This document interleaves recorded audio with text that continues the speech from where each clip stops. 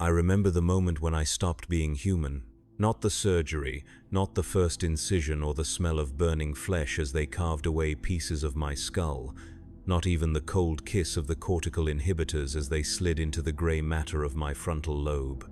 I remember something else entirely. I remember the last thought I had that was truly my own. It was about the color blue. There was a servitor in the Medicae bay where they brought me for processing. An old woman, or what had once been an old woman, with cables threaded through her eye sockets and pistons where her arms should have been. She was cleaning the floor with methodical, endless repetition, back and forth, the same 3 square meters for what might have been hours. Her skin was the color of old parchment, stretched tight over the metal framework that had replaced her ribcage. But her robe, Emperor preserve me, her robe was blue. Not the deep midnight blue of the ultramarines, not the electric cerulean of plasma discharge, but the soft, faded blue of a summer sky on some forgotten world. The kind of blue that makes you think of home, of childhood, of times when the galaxy seemed vast and full of wonder rather than an endless grind of suffering and toil. I stared at that blue fabric as the tech adepts prepared their instruments, and I thought about how beautiful it was, how strange that something so simple, so innocent, could exist in a place like this. How it reminded me of my sister's favorite dress, the one she wore to Mass on Throne Day, the one that made her look like she was wearing pieces of the sky. That was my last purely human thought, the recognition of beauty for its own sake, unmarked by utility or purpose, or the cold calculations that would soon replace everything I was. The lobotomization process begins long before the surgery. They told me this, in the brief moments of lucidity I had between the chemical restraints and the neural dampeners. A tech adept with a voice like grinding metal explained it with the clinical detachment of someone describing the weather.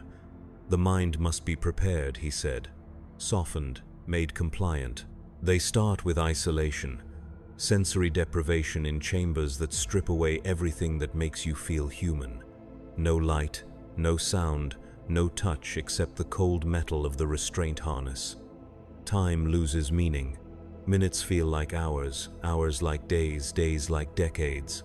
Your own heartbeat becomes deafening. Your breath sounds like a storm wind. The blood rushing through your ears becomes a symphony of terror.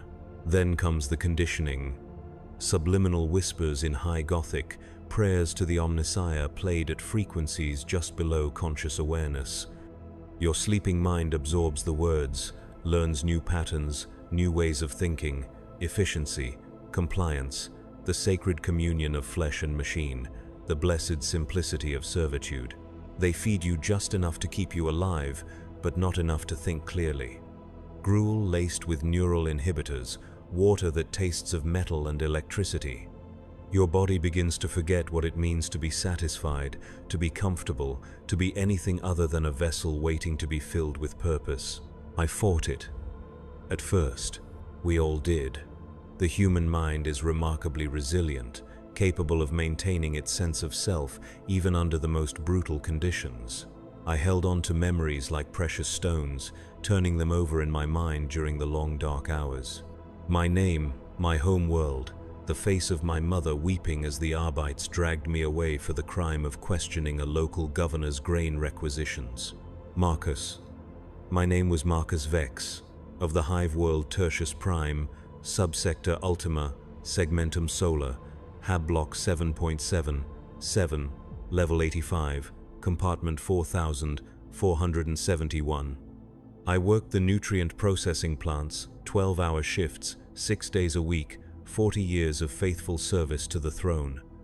I had a wife once, before the consumption took her. No children by the grace of the Emperor, though we tried for many years. These details became my anchor, my lifeline in the storm of mental dissolution. I repeated them like a litany, a prayer, a desperate attempt to remember what I had been before they decided I would be something else.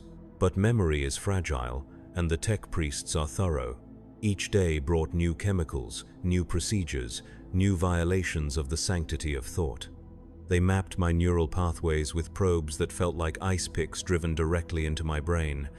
They catalogued my fears, my hopes, my loves, marking each one for deletion or modification.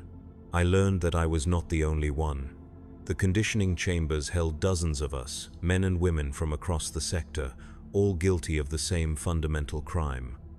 We had failed to serve the Imperium with sufficient zeal. We had questioned, we had hesitated, we had shown compassion when ruthlessness was required, or independence when obedience was demanded. The woman in the chamber next to mine had been a teacher on an agri world. She had refused to include certain approved texts in her curriculum, texts that described the proper way to denounce your neighbors for thought crimes. The man across the hall had been a factory supervisor who had spoken out against the working conditions that killed 3 workers every day. Another had been a scribe who had accidentally filed a report that contradicted the official casualty figures from a recent campaign. Small crimes, human crimes, the kinds of moral failures that marked us as unfit for normal service to the Emperor, but not so severe as to warrant simple execution. We were waste that could be recycled, flesh that could be repurposed, minds that could be edited and improved. The tech adept with the grinding voice visited each of us in turn, explaining our futures with the same mechanical precision he might use to describe the maintenance schedule for a cargo hauler. We would become servitors, he said. We would serve the Omnissiah and the Emperor with perfect loyalty, perfect efficiency, perfect emptiness. Our bodies would be modified as needed. Neural implants, mechanical limbs, organ replacements, whatever the role required. Our minds would be stripped of everything unnecessary, everything that might interfere with our designated function. Fear, love, ambition, curiosity, the capacity for suffering or joy or any emotion more complex than basic operational parameters. We would become tools, living tools, blessed with just enough consciousness to follow complex instructions, but nothing more. We would never again know hunger or thirst or pain in any meaningful sense. We would never know loneliness or sorrow or the desperate ache of unfulfilled desire. We would be free from the burden of choice, the agony of moral uncertainty, the terrible weight of individual responsibility. It was, he assured us, a mercy, a gift from the Omnissiah to those too weak to serve him properly as human beings. I watched him speak, his augmetic jaw clicking with each syllable, and I wondered if he had once been like us.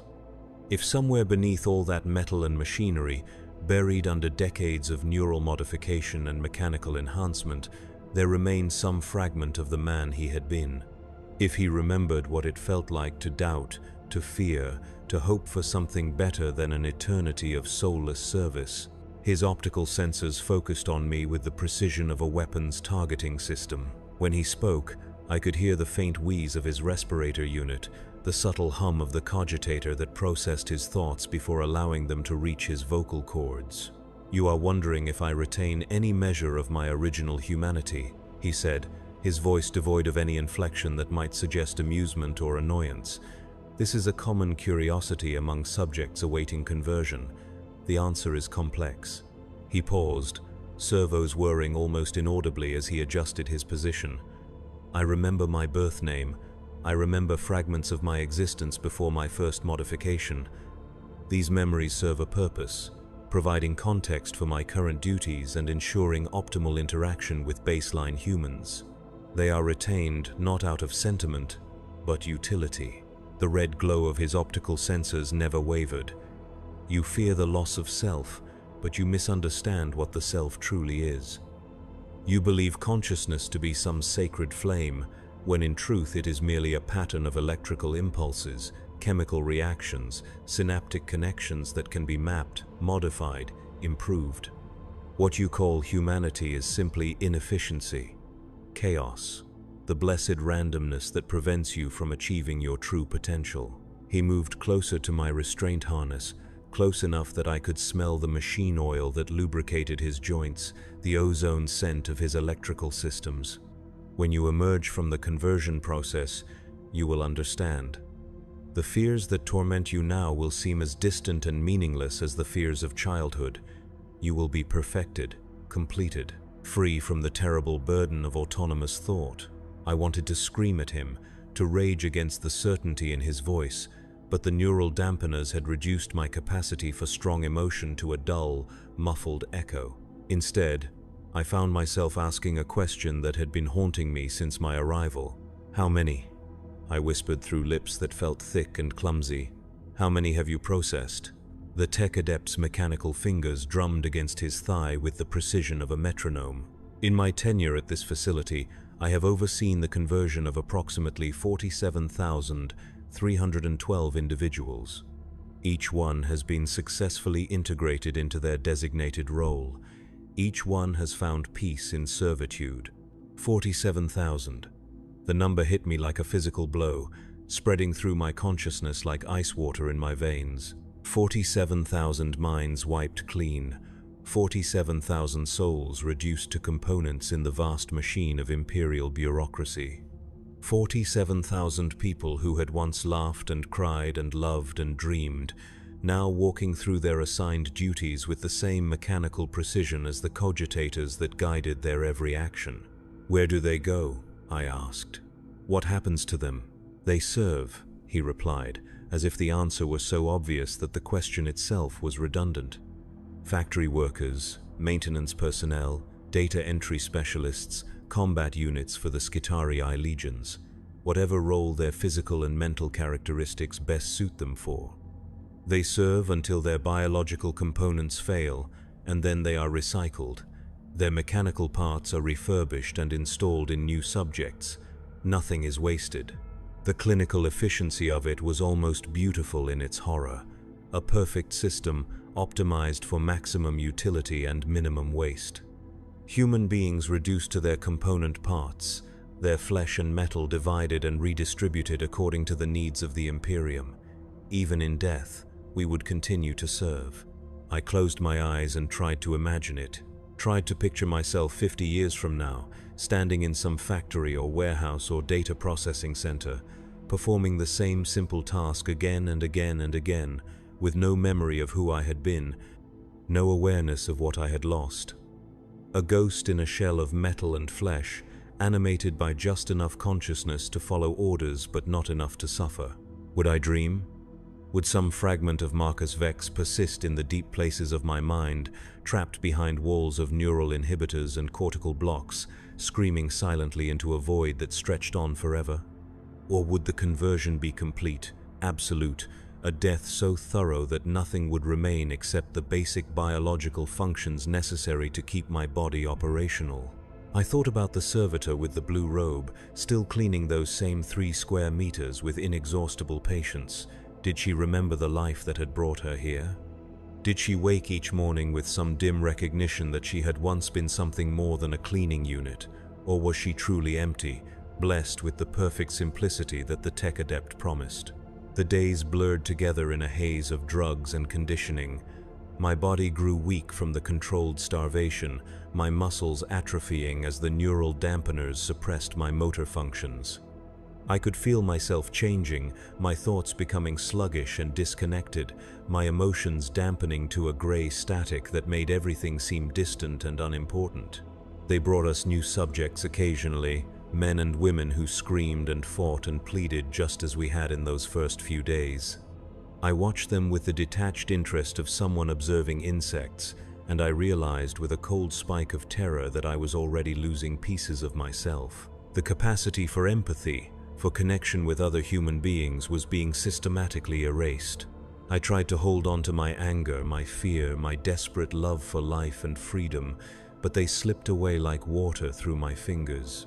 The chemicals did their work with ruthless efficiency, restructuring my brain chemistry, suppressing the neural pathways that generated independent thought and emotional response. One night, as I lay in the darkness listening to the soft sobbing of a new arrival, I realized that I could no longer remember my wife's face. I knew that I had been married. I retained the factual knowledge of her existence and death, but the emotional content had been stripped away. She was just data now, a series of facts in a file that might have belonged to anyone. The grief that should have accompanied this realization never came. I noted the loss with the same mild interest I might have felt at misplacing a stylus or forgetting the designation of some minor world. It was troubling in an abstract sense, but it did not hurt. Nothing hurt anymore. This, I understood, was what the tech adept had meant about finding peace in servitude. The pain of existence was being systematically removed, leaving only the calm satisfaction of function and purpose. I was becoming a thing that could work without suffering, serve without questioning, exist without the terrible burden of hope or fear or love. The surgery itself was almost anticlimactic after months of psychological preparation. They wheeled me into an operating theater that smelled of incense and machine oil, where robed tech priests moved with the coordinated precision of a sacred ritual. Cherubim fluttered overhead, their mechanical wings beating in time with their recorded hymns of praise to the Omnissiah. I felt the cold bite of the anesthetic injector, watched the ceiling tiles blur and swim as the drugs took hold. Somewhere in the distance I could hear the whir of bone saws and the soft chanting of the canticle of blessed modification. My last coherent thought was a fragment of a prayer I had learned as a child, words that seemed to come from someone else's mouth. The Emperor protects, but he didn't. Not from this, not from the slow, methodical dismantling of everything that had made me human. I woke to a world of edges and angles, where every surface seemed to shine with mathematical precision and every sound carried the weight of absolute certainty. The pain was gone, not just the physical discomfort of the restraints and the drugs, but the deeper ache that I had carried for as long as I could remember. The pain of being human, of existing in a state of constant uncertainty and moral complexity. My first sensation was of completeness, not happiness, nothing so crude or undisciplined, but a profound sense of rightness, of existing in perfect harmony with my intended function. I was a tool, and tools do not suffer. They simply serve, with the clean efficiency that defines their purpose. My vision had been enhanced, augmented with tactical displays and data overlays that provided constant information about my environment. Temperature readings, structural analysis of nearby surfaces, the location and status of other servitors in my operational area. The world had become quantifiable, reduced to streams of data that my modified brain processed without conscious effort. I was in a workshop of some kind, massive and dimly lit, filled with the constant sound of machinery and the soft chanting of tech priests at their devotions. Conveyor belts carried endless streams of components past workstations where servitors like myself performed assembly tasks with inhuman precision. The air tasted of metal and ozone and the sacred oils that blessed every piece of equipment. My body was different, heavier, more solid. I looked down at myself and saw that my arms had been replaced with mechanical appendages, multi-jointed manipulators equipped with an array of specialized tools. Welding torches, cutting implements, precision grippers, molecular assemblers, everything I needed to perform my designated function as a manufacturing unit. The modifications went deeper than the visible changes. My nervous system had been rewired, optimized for the specific tasks I would perform. My muscle memory had been erased and replaced with perfect knowledge of assembly procedures, quality control protocols, efficiency maximization techniques. I knew things I had never learned, understood processes I had never seen, possessed skills that had been directly programmed into my modified brain. But the most profound change was in my thinking itself. The chaotic storm of human consciousness had been replaced with something cleaner, more focused.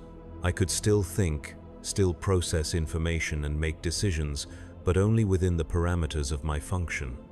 The curiosity that had once driven me to question authority, the empathy that had made me care about the suffering of others, the creativity that had allowed me to imagine better ways of doing things, all of it was gone.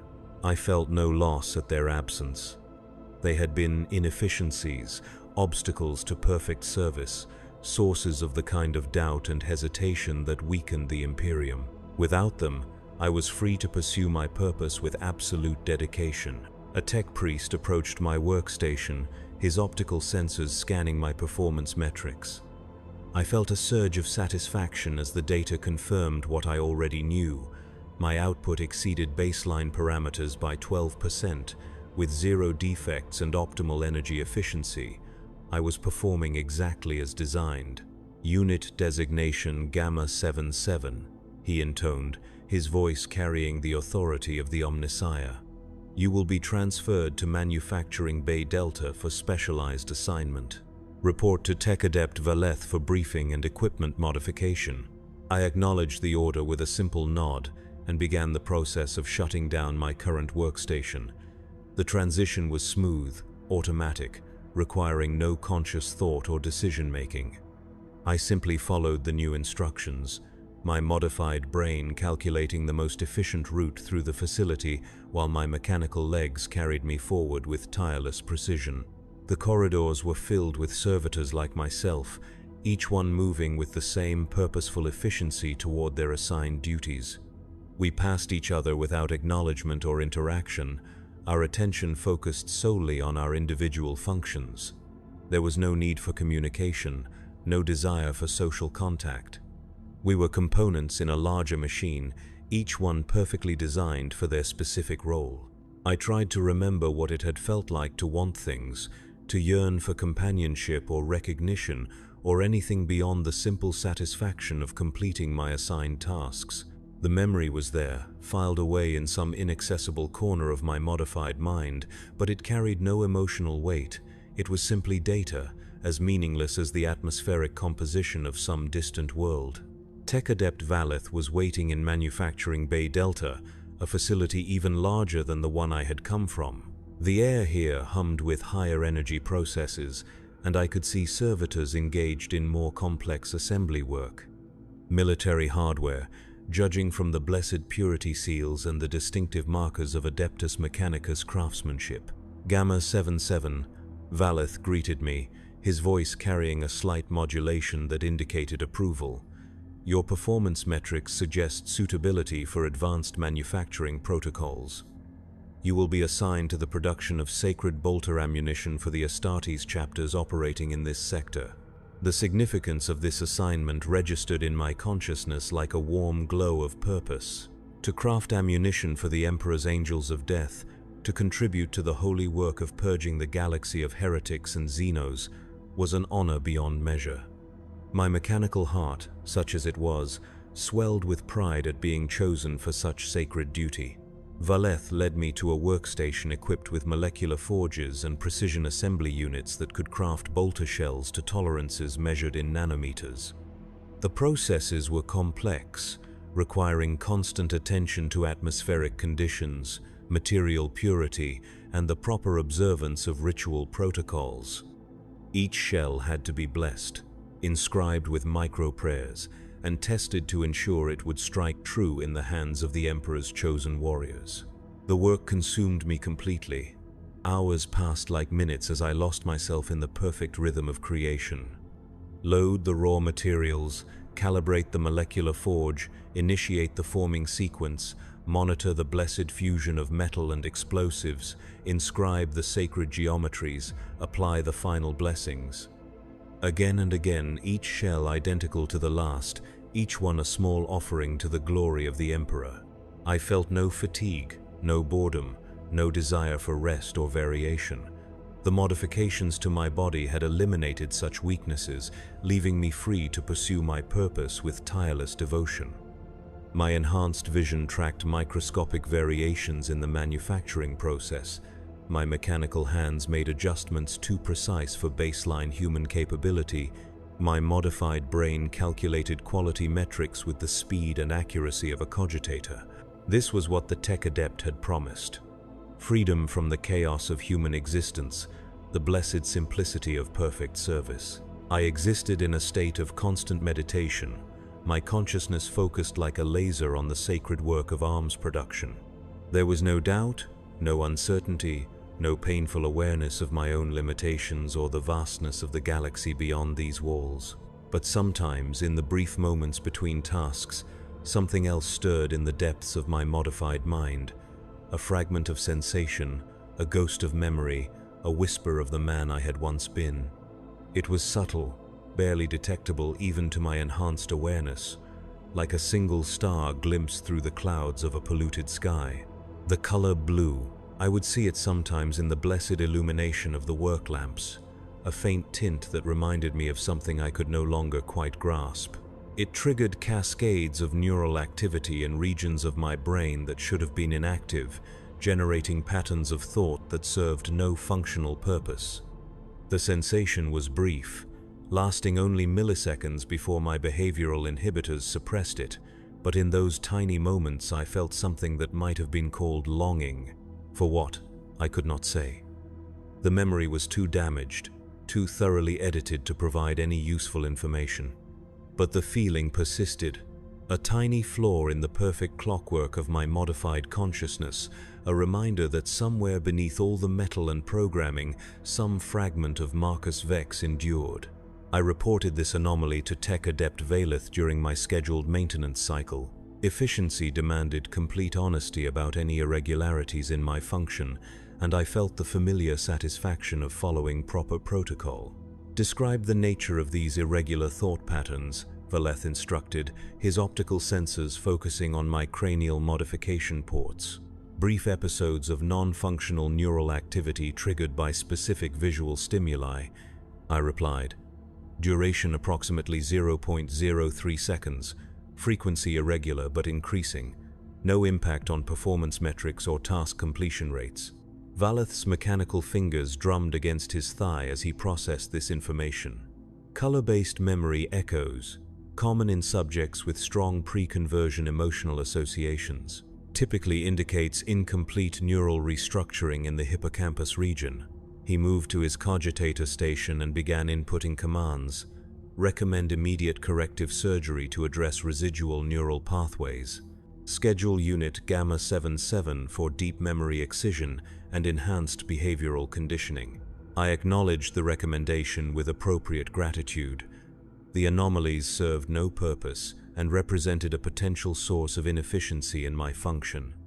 Their removal would make me a more perfect servant of the Omnissiah, free from the last traces of the weakness that had once defined my existence as a baseline human. Yet as I prepared for the procedure, that faint whisper of blue seemed to pulse more strongly in my modified consciousness. For reasons I could not understand or analyze, I found myself hoping that they would fail to find it, that some small corner of Marcus Vex would survive even this final purification. The thought was illogical, counterproductive, a violation of every principle that now governed my existence. I should have reported it immediately, submitted myself for emergency reconditioning to address this dangerous deviation from acceptable parameters. Instead, I filed it away in the deepest recesses of my mind and continued with my assigned duties, crafting bolter shells with the same mechanical precision, while a part of me that should not have existed watched the blue light of the work lamps and remembered for just a moment what it had felt like to be human. The deep memory excision was scheduled for the next maintenance cycle, but the Emperor, in his infinite wisdom, had other plans. A priority override came through the facility's command network, redirecting all available manufacturing capacity toward an emergency ammunition requisition. The Space Marines of the Crimson Fists chapter were engaged in a massive campaign against an Orc Warg in the neighboring subsector, and their need for blessed bolter shells exceeded even the prodigious output of their own forge ships. Tech Adept Valeth informed me of the change with the clinical detachment that marked all his communications. Corrective surgery postponed indefinitely. All resources dedicated to holy ammunition production. Your irregularities are deemed acceptable for current operational requirements. I felt something that might have been relief, though I lacked the emotional framework to properly identify the sensation. The reprieve meant that the fragment of Marcus Vex could continue its hidden existence in the depths of my modified mind, watching and remembering even as Gamma 77 pursued his sacred duties with tireless efficiency. The emergency production cycle was unlike anything I had experienced since my conversion. The facility operated at maximum capacity for weeks on end, every servitor pushing their mechanical bodies to the limits of design tolerance. The air hummed with constant activity, the blessed sound of the Omnissiah's work being carried out on a scale that defied comprehension. My own output increased by 37% as I integrated new efficiency protocols and eliminated unnecessary motion from my assembly sequence. Each bolter shell that passed through my hands was a prayer made manifest, a tiny instrument of the Emperor's will that would soon find its way into the hands of his most faithful servants. The work was sacred, beautiful in its perfect simplicity and absolute purpose. But the hidden Marcus watched it all with growing horror. The shells I crafted with such mechanical devotion would kill. Not just the enemies of mankind, though they would certainly do that, but Imperial citizens as well. Friendly fire incidents, civilian casualties, the inevitable collateral damage that accompanied any military campaign. Each perfectly crafted bolt would tear through flesh and bone and armor, ending lives that had once held the same dreams and fears and desperate hopes that I had possessed before my conversion. This knowledge should not have disturbed me. The servitor that I had become understood that death was merely another form of service, that the needs of the Imperium superseded any individual concerns about survival or suffering. But the ghost of my former self recoiled from the implications of my work, horrified by the realization that I had become a component in the vast machine of Imperial warfare. I tried to suppress these thoughts, to focus on the sacred nature of my duty and the honor of serving the Emperor's angels. But they persisted, growing stronger as the emergency production cycle continued. I began to notice things that should have been invisible to my modified consciousness: the waste products of the manufacturing process, the resources consumed in the creation of instruments of death, the terrible efficiency of a system designed to turn human beings into ammunition factories. The facility processed hundreds of tons of raw materials every day, transforming them into endless streams of bolter shells, plasma cartridges, LASPAC power cells, and other implements of war. The numbers were staggering, beautiful in their mathematical precision, horrifying in their implications for the lives they would end. I calculated that in my months of service, I had personally crafted approximately 43,000 bolter shells. Assuming standard Astartes accuracy rates and target elimination ratios, my work had contributed to the deaths of roughly 15,000 sentient beings. Not all of them enemies of mankind. NDHNL statistical analysis of battlefield casualties suggested that at least 12% would have been Imperial civilians caught in the crossfire or misidentified as hostiles. 1,800 innocent deaths. The number burned in my consciousness like acid, eating away at the blessed calm that had defined my existence since conversion. I tried to contextualize it, to understand it as part of the greater good of Imperial security, but the mathematics were relentless. 1,800 people who had committed no crime greater than being in the wrong place at the wrong time. Each one had been someone's child, someone's parent, someone's beloved. Each death had created ripples of grief and loss that spread outward through families and communities, generating more suffering than my modified brain could adequately process. The perfect efficiency of my work had been transformed into a weapon of mass destruction, aimed not just at the enemies of mankind, but at mankind itself. I found myself pausing in my work, microsecond hesitations that should have been impossible given my behavioral conditioning. My mechanical hands would freeze over a half-assembled shell as that hidden fragment of Marcus Vex struggled to assert some measure of moral authority over the process. The delays were brief, barely detectable even by my enhanced monitoring systems, but they represented a fundamental violation of my programming. Tech Adept Valeth noticed the anomaly during a routine efficiency review, his optical sensors fixed on my workstation with mechanical intensity as he processed the performance data. Unit Gamma 77 demonstrates irregular productivity fluctuations, he announced, his voice carrying a note of concern. Micro delays in assembly sequence suggest possible mechanical malfunction or neural instability. I submitted to diagnostic scanning without resistance, allowing him to probe my systems with the same clinical detachment I had once applied to my work. The tests revealed no mechanical problems. My enhanced body was functioning within optimal parameters, but the deep brain scans showed patterns of activity that should not have existed in a properly converted servitor. Residual neural pathways show increased activation, Valeth observed, his mechanical fingers dancing over the cogitator interface. Correlation with productivity anomalies suggests psychological interference with primary function. He paused, processing the data with the thoroughness that marked all his decisions. Recommend immediate personality reconstruction. Complete neural restructuring to eliminate residual baseline human behavioral patterns. Personality reconstruction. The words hit me like a physical blow, sending cascades of fear through neural pathways that should have been incapable of generating such responses. It was worse than lobotomization, worse than the simple excision of memory. It was the complete destruction of everything that remained of my identity, leaving only the core operational parameters necessary to perform my designated function. I would cease to exist in any meaningful sense, replaced by a perfect machine that wore my face and carried my designation, but possessed none of the complex layering of thought and memory that had once defined Marcus Vex. Even the ghost that watched and remembered would be destroyed, leaving only the hollow shell of Gamma 77. I request permission to complete the current production cycle before undergoing reconstruction. I heard myself say, the words emerging from some deep place in my modified consciousness. Interruption of current manufacturing sequence would result in material waste and efficiency reduction. Valeth's optical sensors focused on me with renewed intensity.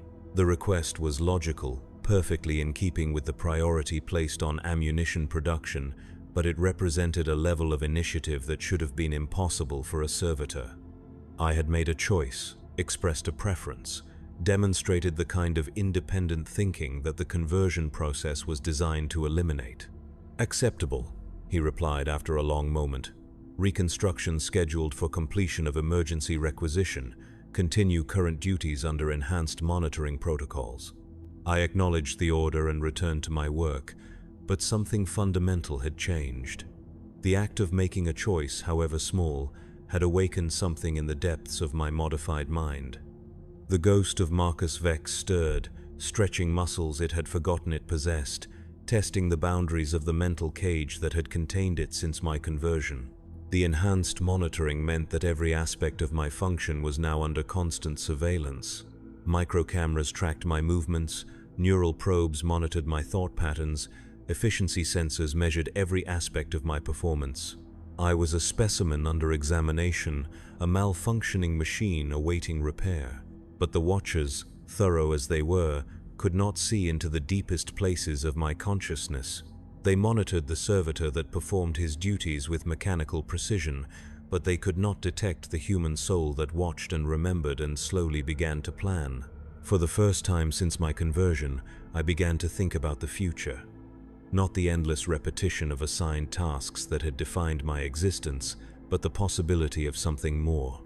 The personality reconstruction would destroy me utterly, leaving nothing behind except a hollow shell that would serve with perfect efficiency until its biological components finally failed, unless I could find a way to prevent it.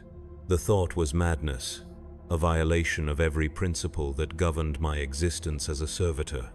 But it burned in my consciousness like a star, impossible to ignore or suppress. I was going to die anyway. The reconstruction would see to that. The only question was whether I would go quietly into that digital darkness or fight to preserve some fragment of the man I had once been. I began to study the facility around me with new eyes, analyzing security protocols and surveillance patterns, mapping the movements of tech priests and the locations of critical systems. It was dangerous, requiring me to function on two levels simultaneously. The obedient servitor performing his duties without question, and the hidden human planning something that could only be called rebellion. The irony was not lost on me. The very modifications that had stripped away my humanity had also given me capabilities far beyond what Marcus Vex had ever possessed. My enhanced vision could detect security blind spots invisible to baseline humans. My mechanical limbs could operate with precision measured in nanometers. My modified brain could process tactical information with computer-like efficiency. I had been transformed into the perfect infiltrator, the ideal saboteur, a weapon designed to serve the Imperium that could now be turned against it. The tech priests had created exactly what they sought to prevent, a servitor capable of independent thought and action, driven by the very human emotions they had tried so hard to eliminate. The emergency production cycle continued, each day bringing me closer to the scheduled reconstruction. I crafted my bolter shells with the same mechanical precision, but now each one felt like a countdown timer, marking the moments until my final death. The hidden Marcus worked frantically to develop a plan, analyzing the facility's defenses and searching for some way to escape the fate that awaited me. It was during the third week of the emergency cycle that I noticed her. Another servitor, designated Beta 41, assigned to quality control testing of finished ammunition.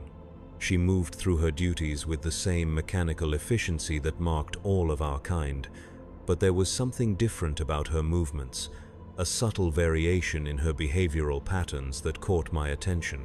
Her eyes.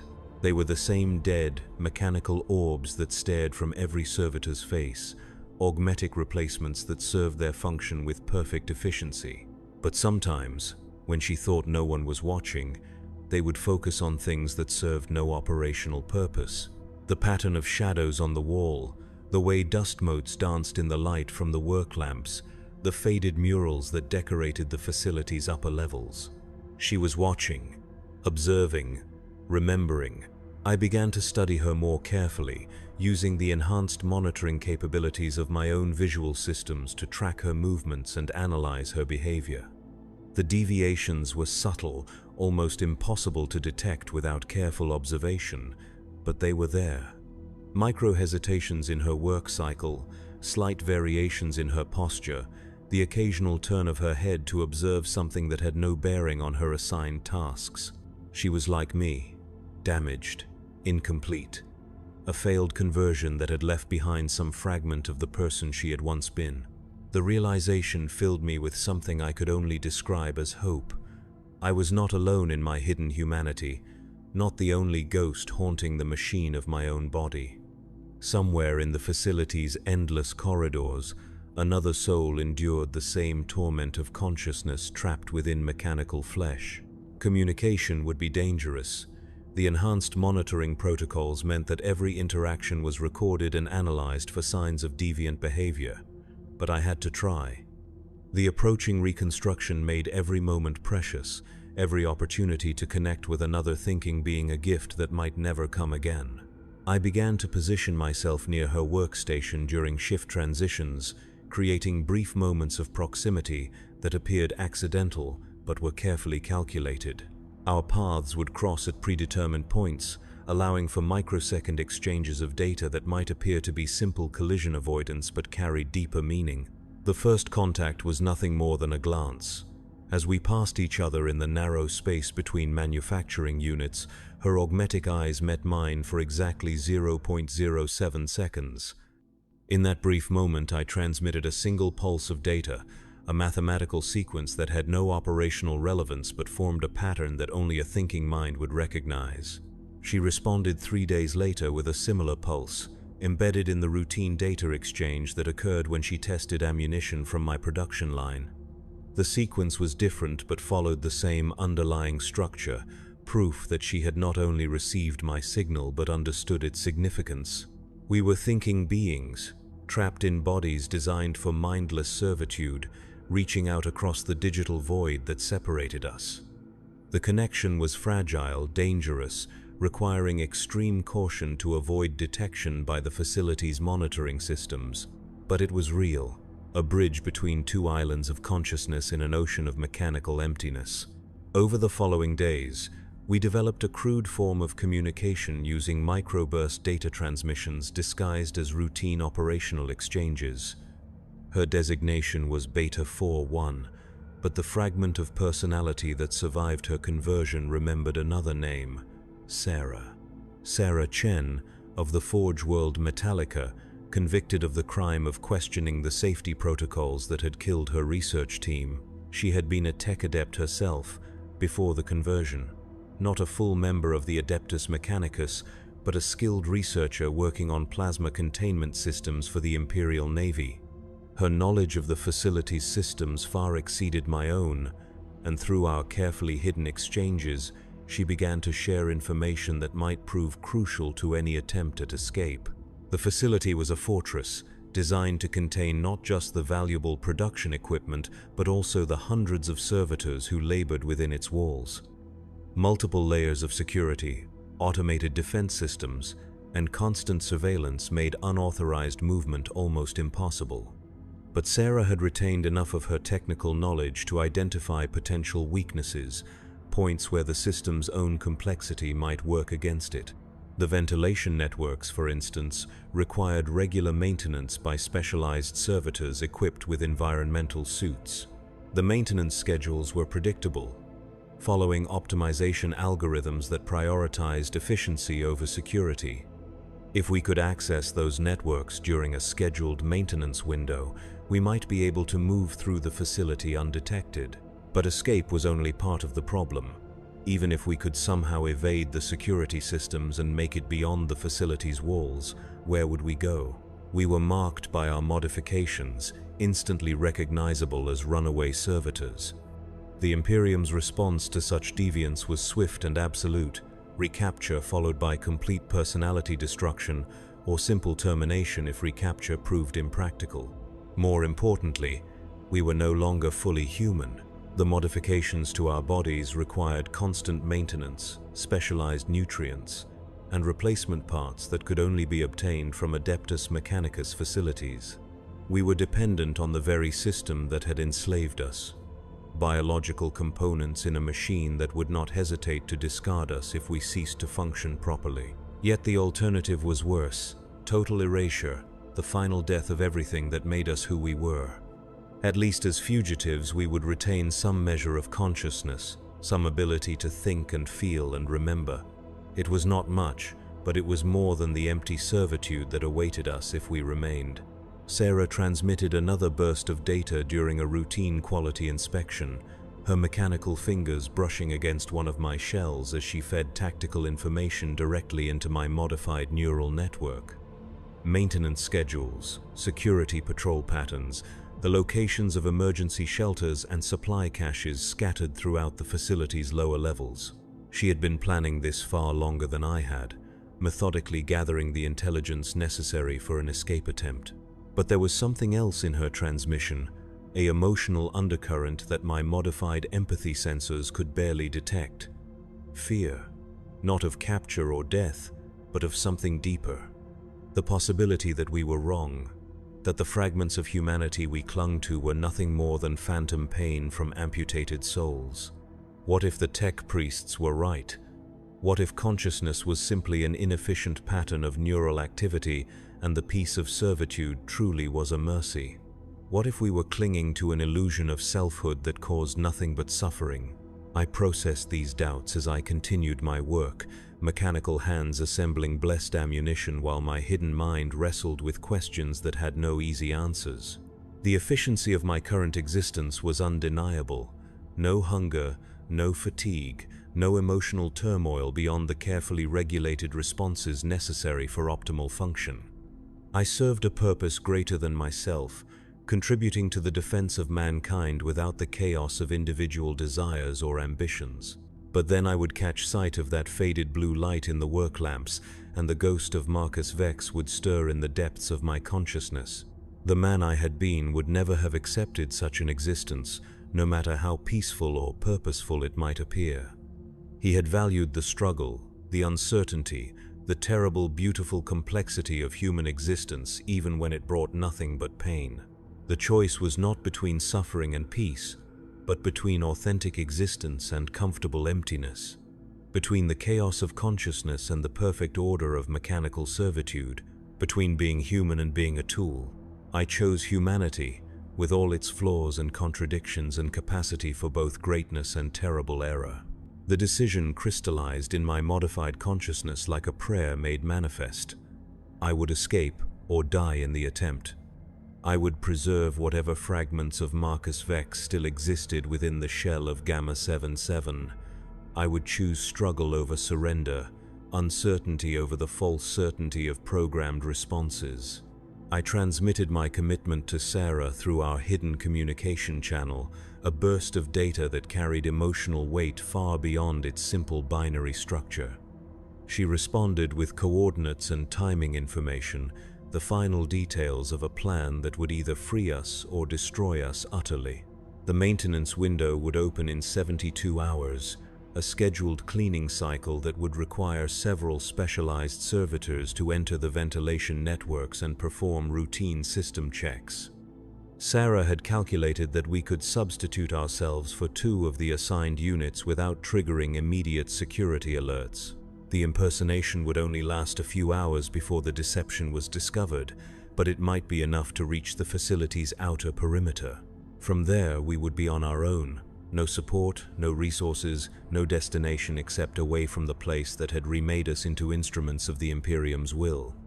We would be hunted by every Imperial agency in the sector, marked for termination or recapture by forces that possessed capabilities far beyond our own enhanced abilities. But we would be free. Free to think our own thoughts, make our own choices, define our own existence according to our own values. Free to be human in whatever way remained possible for beings like us. The final days before the escape attempt passed with agonizing slowness. I continued my assigned duties, crafting blessed ammunition with the same mechanical precision while the hidden Marcus counted down the hours until freedom or death. The monitoring systems detected no anomalies in my behavior, no deviation from acceptable servitor parameters. To all external observation, I remained the perfect example of successful conversion. But internally, I was experiencing something that could only be called resurrection. The fragments of my original personality began to coalesce, drawing strength from each other as they prepared for the monumental effort that lay ahead. Memories surfaced from the depths of my modified consciousness. Is there not the clinical data that had replaced my emotional responses, but genuine recollections tinged with feeling and meaning? I remembered my wife's laugh, the sound she made when she was truly happy rather than merely amused. I remembered the taste of real food, not the nutrient paste that sustained my current existence, but the simple pleasure of fresh bread and clean water. I remembered what it felt like to make choices based on personal preference rather than optimal efficiency, to act from love or anger or hope rather than programmed responses. The remembering was painful, a constant reminder of everything I had lost, but it was also liberating. Each recovered fragment of Marcus Vex strengthened my resolve, proving that something authentic still existed beneath the layers of mechanical modification and neural conditioning. I was more than the sum of my programming, more than a tool with delusions of consciousness. On the final night before our escape attempt, I allowed myself one last look around the manufacturing facility that had been my world for so many months. The endless rows of workstations, the blessed machinery that turned raw materials into instruments of war, the other servitors moving through their assigned duties with perfect efficiency. It was a monument to the Imperium's ability to transform chaos into order, to bend even human consciousness to serve its needs. But it was also a prison, a place where souls went to die in the service of a machine that valued function over feeling, efficiency over empathy, order over the beautiful chaos of authentic existence. Tomorrow, Sarah and I would either escape this place or join the thousands of failed converts who had been discarded when their biological components ceased to function. I found that I was not afraid. The emotions seemed to have been burned away during the long months of planning and preparation, replaced by a calm certainty that transcended both hope and despair. Whatever happened, I would face it as myself, not as the hollow shell that others expected me to be. Tech Adept Valeth made his final rounds of the facility, his optical sensors scanning each workstation with mechanical precision. When he reached my position, he paused for a moment longer than usual, his sensors probing my systems for any sign of the irregularities that had marked me for reconstruction. Unit Gamma 77, he intoned, his voice carrying the flat authority of the Omnissiah. Final performance evaluation complete. Reconstruction scheduled for 0600 hours. Report to Medical Bay 7 for personality matrix preparation. I acknowledged the order with appropriate civility, but something in my response must have triggered his attention. His optical array focused on my face with uncomfortable intensity, mechanical fingers drumming against his thigh as he processed whatever data my behavior had generated. "You display unusual stability for a unit awaiting major modification," he observed. "Most subjects demonstrate increased neural activity as reconstruction approaches, anxiety responses, memory cascade events, behavioral anomalies. You show none of these patterns." The observation was accurate. Most servitors facing personality reconstruction would experience some form of pre-procedure trauma, their damaged psyches reacting to the approaching dissolution with whatever fragments of survival instinct remained functional. But I felt only calm, the settled peace of someone who had already died once and no longer feared the process. "This unit exists to serve the Omnissiah," I replied, using the standard response protocols that governed all servitor interactions. "Personal preferences regarding modification procedures are irrelevant to operational efficiency." Valeth's mechanical head tilted slightly, a gesture that might have indicated curiosity or suspicion. "Indeed, most efficient. Continue current duties until reconstruction time." He moved on to the next workstation, but I could feel his attention lingering on me like a weight. The tech adept was suspicious, his enhanced pattern recognition systems detecting subtle anomalies in my behavior that even I was not aware of. If he ordered immediate reconstruction, our carefully planned escape would become impossible. But the hours passed without further intervention, and when the maintenance window finally opened, I was still at my assigned station, crafting blessed bolter shells with the same mechanical precision that had defined my existence for so many months. The irony was bitter. My final act as a servitor would be to create more instruments of death, more tools for the Imperium to use in its endless campaign of conquest and suppression. The signal came exactly on schedule, a routine maintenance alert that echoed through the facility's communication systems. Specialized cleaning units were required in Ventilation Network Delta 7 for scheduled atmospheric processor maintenance. Standard procedure called for 4 servitors equipped with environmental suits and cleaning apparatus. Sarah and I moved simultaneously, our modified bodies responding to the alert with the same mechanical precision as the legitimate maintenance units we were replacing. The deception would not survive close scrutiny, but the facility's automated systems were designed for efficiency rather than security. As long as our identification codes matched the maintenance roster, we would be invisible to the initial screening protocols. The equipment bay was dimly lit, filled with the specialized tools and protective gear necessary for atmospheric maintenance work. I donned the environmental suit with practiced efficiency, my mechanical hands sealing the connections and activating the life support systems that would allow me to survive in the facility's ventilation networks. Sarah was already suited up, her movements betraying none of the tension that must have been coursing through her modified nervous system. To any observer, we were simply 2 more servitors preparing for routine maintenance duties. But behind our augmetic eyes, human souls prepared for a desperate gamble that would either free us from bondage or destroy us utterly. We entered the ventilation network through a maintenance hatch in the facility's lower levels, our enhanced vision adapting automatically to the darkness beyond. The tunnels stretched away in all directions, a maze of ducts and conduits that carried air and power throughout the massive complex. Emergency lighting cast everything in a sickly green glow, creating shadows that seemed to move with lives of their own. The plan was simple in concept but terrifyingly complex in execution. We would follow the maintenance route to its furthest extent, then deviate from the prescribed path to access auxiliary tunnels that led toward the facility's outer perimeter. From there, we would find some way to breach the exterior barriers and escape into the wasteland beyond. It was a plan with 1,000 points of failure, dependent on perfect timing and luck that might not exist. But it was our only chance, the single opportunity we might ever have to reclaim some measure of the humanity that had been stripped away from us. We moved through the tunnels with the steady pace of routine maintenance, our environmental suits protecting us from the chemical atmosphere that would have killed baseline humans in minutes. The facility's defensive systems ignored us, recognizing our identification codes and routing us along the approved maintenance path without question. But as we penetrated deeper into the ventilation network, I began to detect anomalies in the facility's sensor readings, fluctuations in atmospheric pressure, variations in temperature that suggested system malfunctions or unauthorized modifications. The facility was not as secure as it appeared, not as perfectly controlled as the tech priests believed.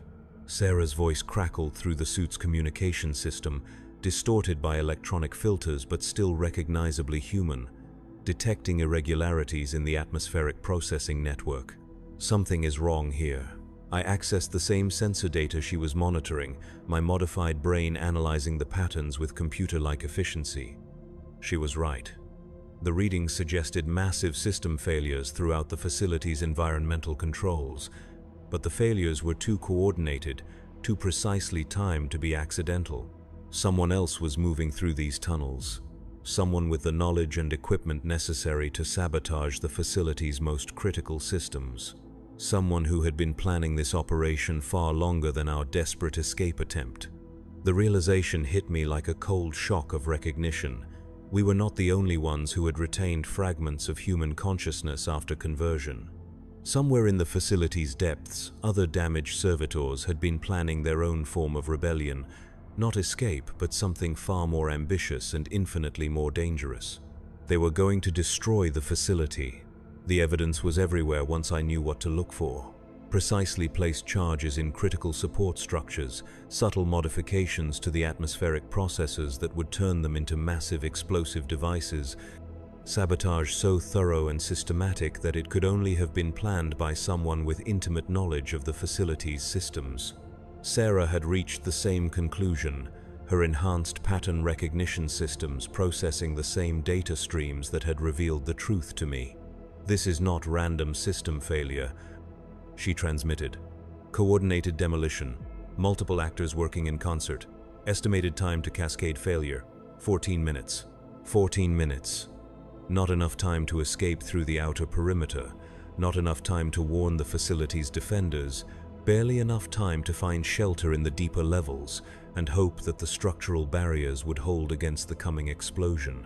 But as I processed the tactical situation, another possibility occurred to me. The saboteurs, whoever they were, had clearly spent months or years planning this operation.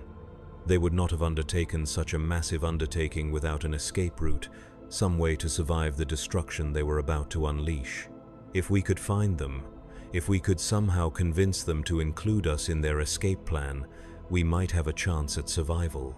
It was a desperate gamble, requiring us to trust our lives to unknown allies whose motivations we could not understand. But it was better than the alternatives, certain death in the explosion or capture by security forces who would ensure that our punishment exceeded even the horrors of personality reconstruction. We changed course, abandoning the predetermined escape route in favor of following the sabotage trail deeper into the facility's infrastructure. The evidence of systematic destruction grew stronger with each passing minute. Entire sections of the ventilation network had been modified, transformed from simple atmospheric conduits into delivery systems for explosive charges. The scale of the operation was breathtaking. Whoever had planned this understood not just the facility's physical structure, but its operational protocols, security procedures, and personnel deployment patterns. They had moved through the complex like ghosts, making precisely targeted modifications that would bring down the entire structure in a cascade of destruction. We found them in a maintenance junction deep beneath the facility's main production levels. 3 servitors, their environmental suits bearing the designation marks of atmospheric processing specialists, working with calm efficiency to complete the final stages of their sabotage operation. They looked up as we approached, their augmetic eyes focusing on us with mechanical precision. For a moment that seemed to stretch into eternity, we stood frozen in mutual recognition, damaged souls trapped in mechanical bodies, united by the terrible knowledge of what we were about to do. The leader was a heavy-build unit designated Alpha 29, her original frame extensively modified with industrial cutting tools and explosive placement equipment. When she spoke, her voice carried the authority of someone accustomed to command, someone who had retained not just consciousness, but the ability to lead others. Beta 41 and Gamma 77, she identified us with the same precision she might use to catalog machine components. Escaped from assigned duties during maintenance window. Trajectory indicates knowledge of facility destruction timeline. Sarah stepped forward, her stance conveying readiness for either negotiation or conflict. We seek escape from this facility and the fate that awaits us. We offer our assistance in exchange for inclusion in your evacuation plan. Alpha 29's head tilted slightly, optical sensors scanning us for signs of deception or malfunction. You assume we intend to survive this operation. That assumption may be incorrect. The words hit me like a physical blow, revealing a possibility I had not considered.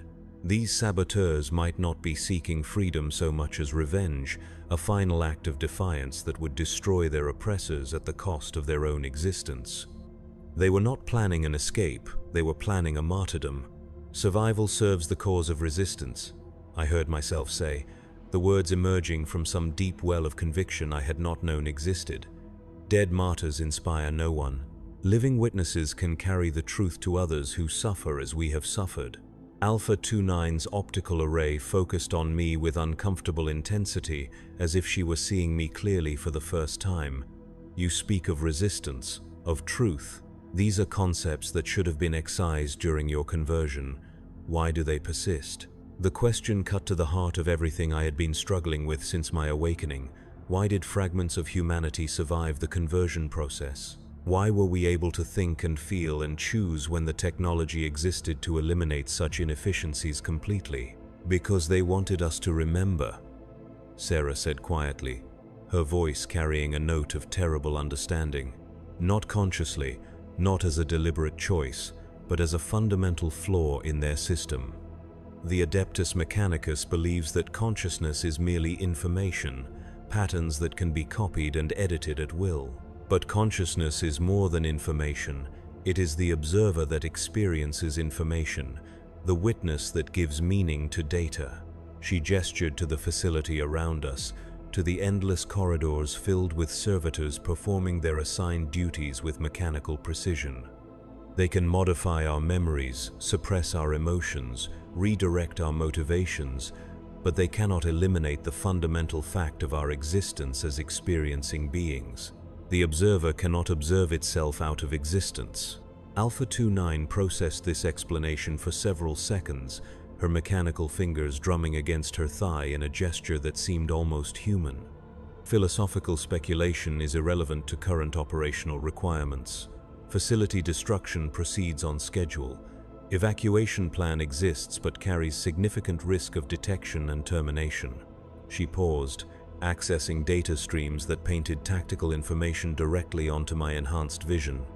Escape routes through abandoned mining tunnels, supply caches hidden in the wasteland beyond, contact protocols for other resistance cells operating throughout the sector.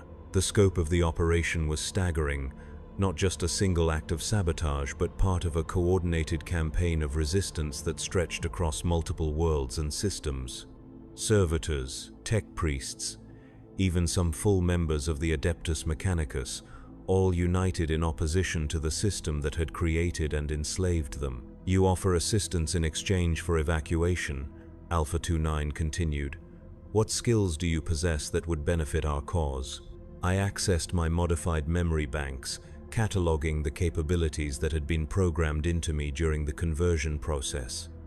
Manufacturing expertise, quality control protocols, tactical analysis systems, enhanced sensory equipment, mechanical precision beyond baseline human capability. But more importantly, I possessed something that no amount of modification could eliminate: the lived experience of being human, of existing in a state of moral uncertainty and emotional complexity that the Servitor conversion process was designed to eliminate. I remembered what it felt like to choose, to doubt, to hope for something better than endless servitude. We remember what it was like to be human, I replied. We can teach others to remember as well. Alpha 29's optical sensors dimmed slightly, a response that might have indicated satisfaction or approval. Acceptable. Time to cascade failure, 7 minutes 37 seconds. Evacuation route leads through auxiliary mining shaft to surface, distance 2.7 kilometers. Estimated travel time at maximum safe velocity, 11 minutes 14 seconds. The mathematics were brutal. We would need to move faster than safe velocity limits allowed, pushing our mechanical bodies to the edge of structural failure while navigating treacherous terrain in complete darkness.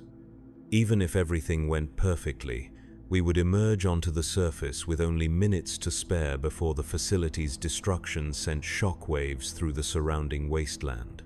But it was possible. Barely, marginally dependent on luck and perfect execution, but possible.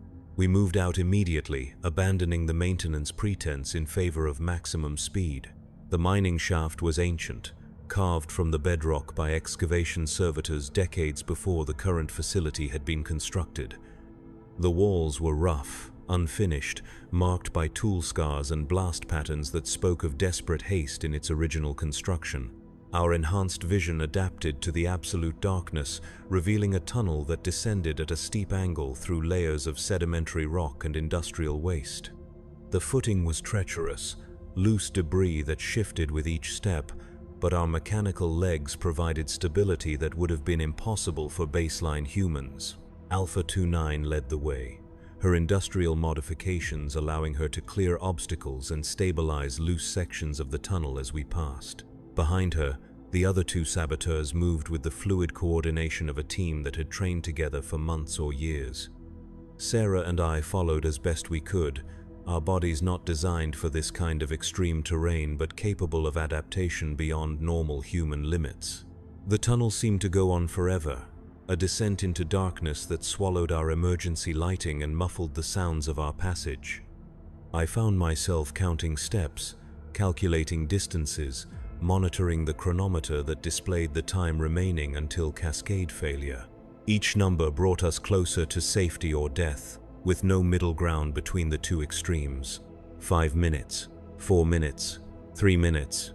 The tunnel began to level out, following what might once have been a natural cave system before industrial expansion had converted it to a mining operation.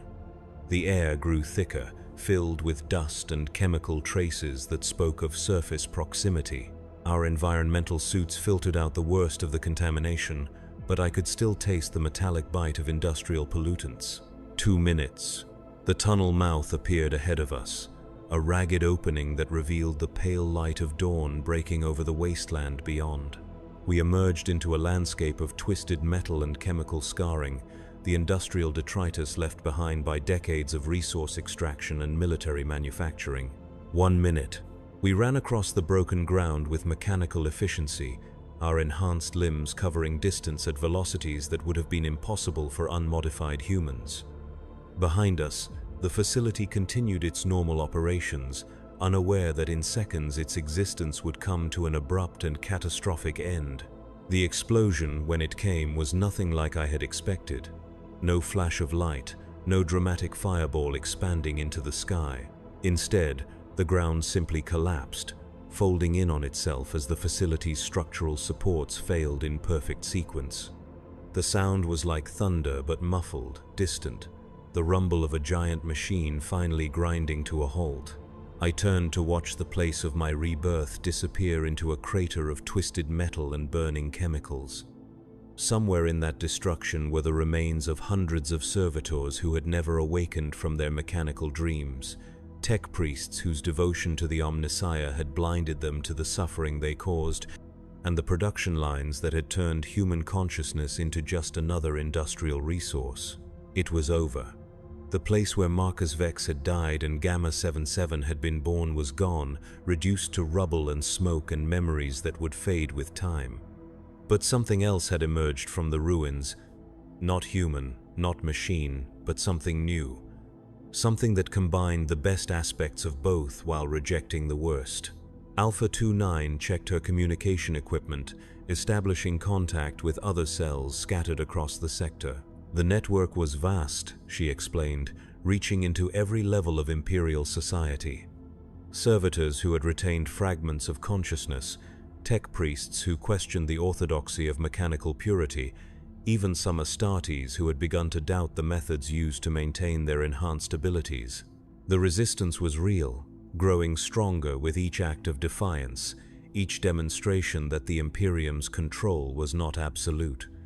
We were proof that consciousness could not be completely eliminated, that the human spirit possessed a resilience that transcended even the most sophisticated forms of technological control. But we were also proof of the price of such resistance. Neither fully human nor completely machine, we existed in a liminal space that belonged fully to neither category. We were ghosts in shells of metal and flesh, spirits haunting bodies that had been designed to contain no spirit at all. Yet we endured, we remembered, we chose. And in making that choice, we proved that something essential about humanity could survive even the most determined attempts at elimination. We were the unexpected variable in the Imperium's calculations, the remainder that refused to be divided evenly, the quantum uncertainty that made perfect control impossible. The sun was rising over the wasteland, painting the poisoned landscape in shades of amber and gold that reminded me, for just a moment, of that faded blue robe I had seen so long ago. It was beautiful. In its way, the beauty of survival, of persistence against impossible odds, of consciousness asserting itself in the face of systematic obliteration. I was no longer Marcus Vex. I was no longer Gamma 77. I was something new, something that had emerged from the collision between human consciousness and mechanical precision. I was a servitor who remembered what it meant to be human, a machine that had learned to dream, a ghost that refused to fade into the digital darkness. And I was free.